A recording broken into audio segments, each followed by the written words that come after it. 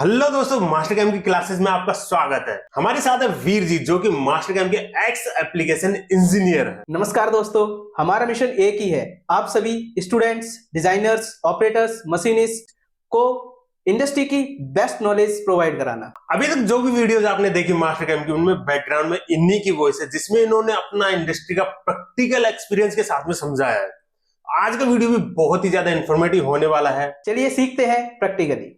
तो इस वीडियो में हम बात करने वाले हैं डायनामिक रफ। डायनामिक रफ ये मैंने टूल पाथ बनाया हुआ है। यहाँ पे ये देखो ये किस तरीके से चलता है, इसको चला के देखते हैं। जैसे कि हमारा टूल मिलिंग में डायनामिक है, सेम वही यही डायनामिक है।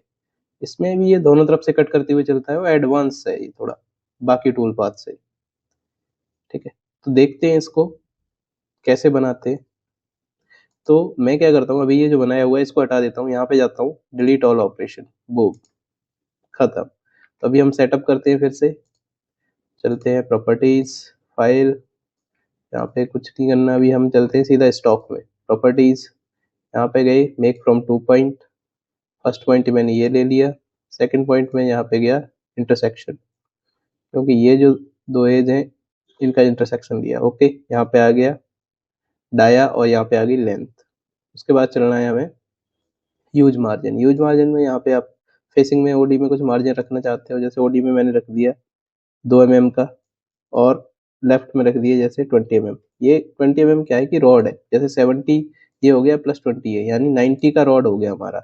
और डाया हो गया 50 + 4 54 का। ये प्रीव्यू करोगे तो यहाँ पे दिख जाएगा। स्केप, वापस आ जाएंगे विंडो पे, देन क्लिक ओके। अभी चलते हैं चेक प्रॉपर्टीज। चेक में कुछ नहीं करना आपको, यहाँ पैरामीटर्स में जाना है, फ्रॉम स्टॉक कर दो, यहाँ पे कितना क्लेम करने वाले हो वो डाल दो।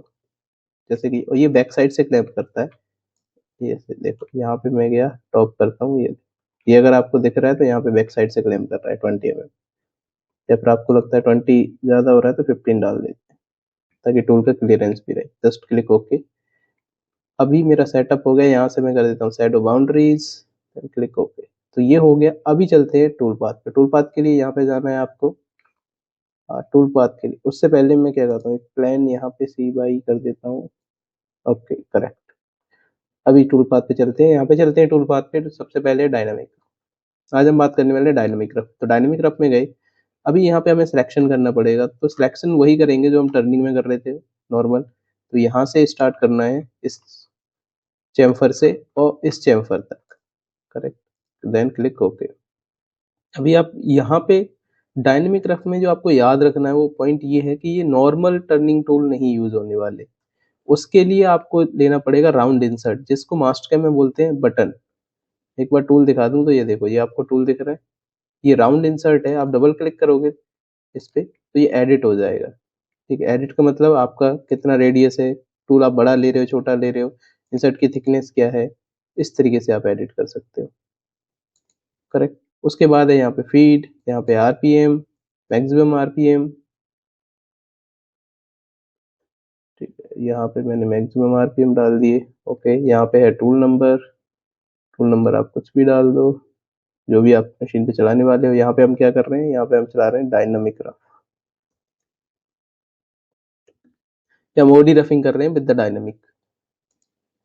अभी चलते हैं यहाँ पे डायनामिक रफ पैरामीटर्स। जब डायनामिक रफ पैरामीटर्स पे जाओगे तो यहाँ पे इस तरीके का डायलॉग बॉक्स आएगा। यहाँ पे सबसे पहले स्टेप ओवर, फिर है टूल पाथ रेडियस, उसके बाद है leave in stock in X, stock leave, stock to leave in Z.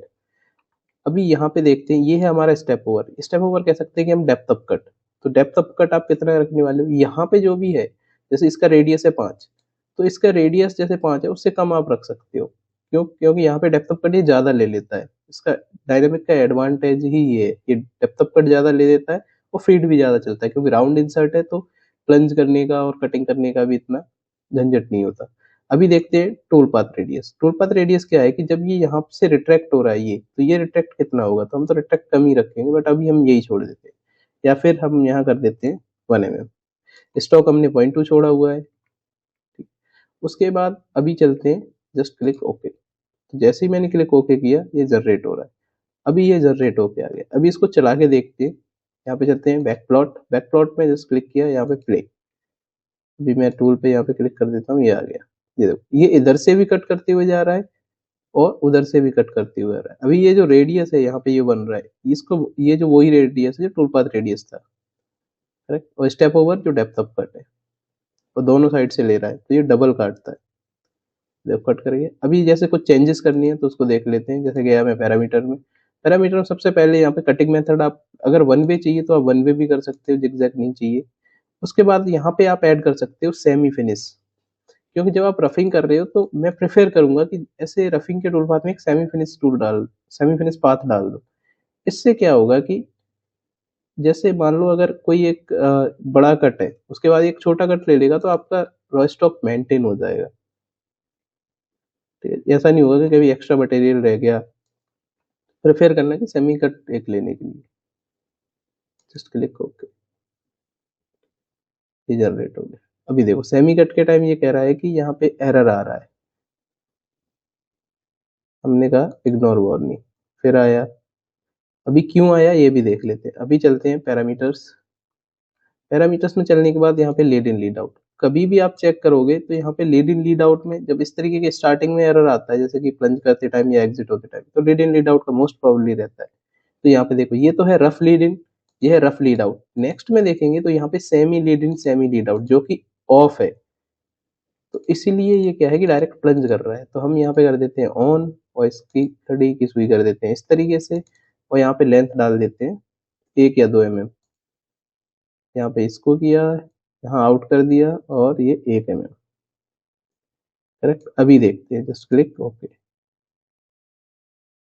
कोई भी एरर नहीं आया। ठीक है, यहाँ पे जो लेंथ है वो ये है, आपको दिख रहा है ग्रीन, ये ग्रीन ही है लीड इन, और ये रेड है यहाँ पे जो है लीड आउट।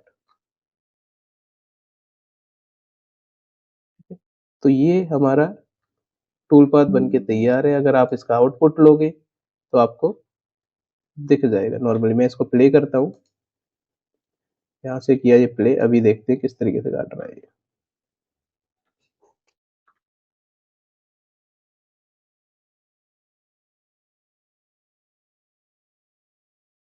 ठीक है, ये देखो बेस्ट पार्ट ये है, बट इसमें ध्यान रखने वाली चीज ये है कि राउंड इंसर्ट ही होना चाहिए, नहीं ये टूल पाथ जनरेट ही नहीं होगा। चले देख ले एक बार, जस्ट किया यहाँ पे, ये ले लेता हूँ मैं कोई भी, ये देखो less dynamic rough support button tools. Button tools का मतलब round insert only, select different tool. ठीक है, तो ये हो गया। अभी एक और टूल पाथ है जो मैं बता देता हूँ, काफी इंटरेस्टिंग टूल पाथ है, वो है कंटूर रफ। कंटूर रफ में क्या है कि जब भी जैसे आपकी, आप इसको भी कंटूर रफ कर सकते हो।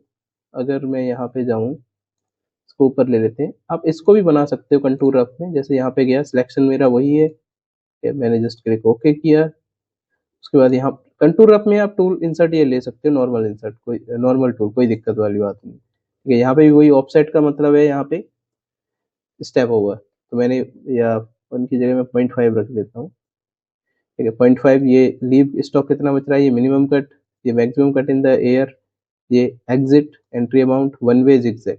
यहाँ पे भी आप वन वे जिगजैग का मेथड है, बट इसका कटिंग करने का स्टाइल थोड़ा अलग है। अभी हम यहाँ क्या करते हैं, यहाँ पे भी एक हम सेमी कट ऐड कर देते हैं। मैंने अभी बताया सेमी कट प्रेफर करना कि सेमी कट ऐड हो जाए। सेमी कट ऐड करो तो थोड़ा कम का करना, जैसे 0.5 है तो मैंने 0.2 का कर दिया।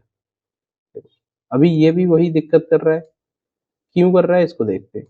तो चलते हैं पैरामीटर। मोस्ट प्रोबेबली यहाँ पे यही रहता है कि लीड इन का। अभी देखो ये स्ट्रेट आ रहा है, अगर ये यहाँ पे इस तरीके से स्ट्रेट लेगा बीच में एंट्री तो दिक्कत हो जाएगी। तो इसको कुछ एंगल पे दे दो, मैंने दे दिया -135 एंगल, तो ये इस तरीके से आएगा, करेक्ट। रीड आउट ओके, कोई दिक्कत नहीं। ये देखो ये क्या है, अभी इसको चलाने का तरीका बहुत ही इंटरेस्टिंग है। ये इसको ऑफसेट कर देगा, यानी पैटर्न जो मैंने कैनेडा में पैटर्न बताया था वही है ये। बहुत बेस्ट टूल पाथ है। बट ये इस तरीके के टूल पाथ पे हम यूज ना करके हम इसको करते हैं जो हमारी कास्टिंग आती है। ठीक है, या फिर आपका कोई पार्ट है, जैसे फोर्जिंग है, फोर्जिंग में आपको लगता है कि आपको 1-2 mm का कट लगाना है, या कास्टिंग में 1-2 mm का कट लगाना है, उस जगह यूज होता है। तो अभी देखते हैं, वो भी बना के देख लेते हैं। मैं यहाँ पे इसको हटा देता हूँ सारे को। अभी ये मेरी ज्योमेट्री है, मैं क्या करता हूँ, इसको कास्टिंग ज्योमेट्री बना देता हूँ। तो मैं गया वायर फ्रेम, यहाँ पे गया ऑफसेट, ऑफसेट चेन, और ये मैंने सारी चेन सेलेक्ट कर ली।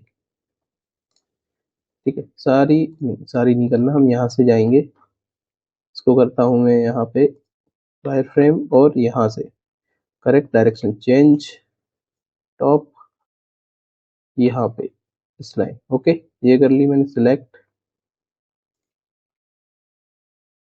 ऑफसेट किधर करना है, बाहर की साइड, कितना करना है, यहाँ पे डाल दिया मैंने 5 mm, ओके कर दिया। अभी देखो 5 mm आ गया। ठीक है, मैं प्रेफर करूंगा कि इसको आप थोड़ा एक्सटेंड कर दो ताकि आपका प्रॉपर बन पाए।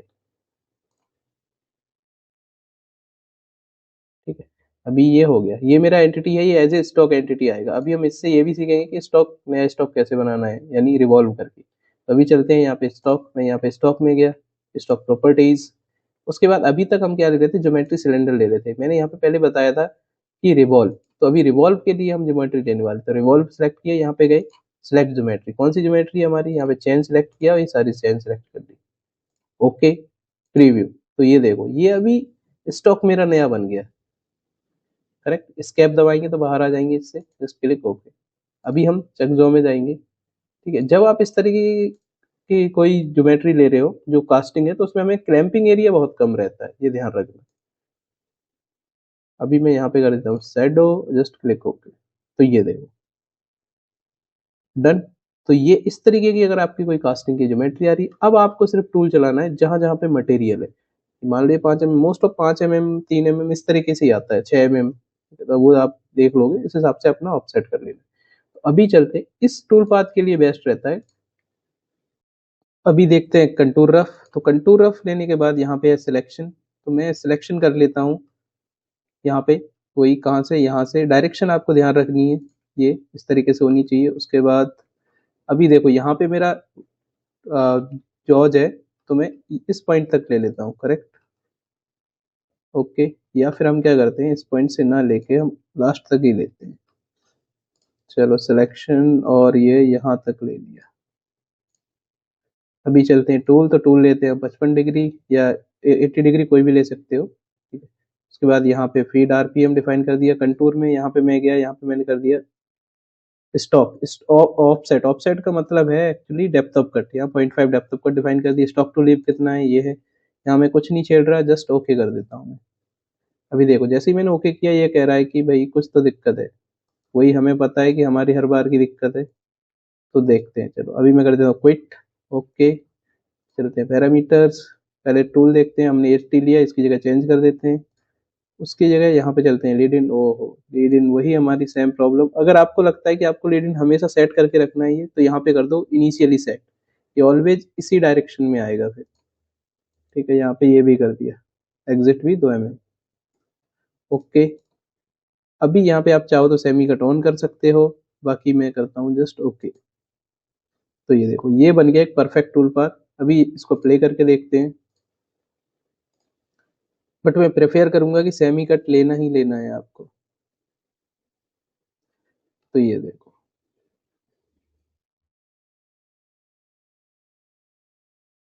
यहाँ पे अभी देखो, अभी सेमी कट नहीं लिया, तो क्या है कि मैं चेक करता हूँ, राइट क्लिक किया मैंने।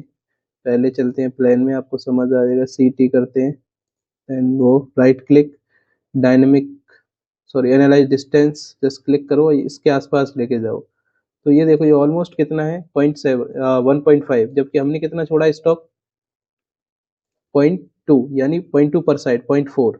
तो ये 0.4 होना चाहिए, बट ये इससे ज्यादा है। क्यों? क्योंकि ये रफ है ओनली। अगर ये 0.5 स्टेप हो, यहाँ पे ये जो ऑफसेट है, ये अगर कांस्टेंट है, तो क्या है कि ये हो सकता है कि वहां पे 0.5 का कट नहीं ले रहा हो, तो इसलिए इसने उतना ही छोड़ दिया। तो बेस्ट है आप एक 0.2 का कट डिफाइन कर दो, इससे क्या है कि आपका स्टॉक मेंटेन हो जाएगा, ये ध्यान रखना है आपको। ठीक है, अभी हम देखते हैं, तो यहाँ पे राइट क्लिक, एनालाइज डिस्टेंस, तो ये देखो कितना, ऑलमोस्ट 0.4 हो गया। तो ये 0.4 है, अभी आपका स्टॉक मेंटेन हो गया है। ठीक है, अभी जैसे क्या है कि ये यहाँ पे चल रहा है, आप चाहो तो इसको रोक सकते हो प्लंज के थ्रू। बाकी मेरे को लगता है अभी आप समझ आ गया होगा। तो आज के लिए सिर्फ इतना ही, मिलते हैं अगले वीडियो में।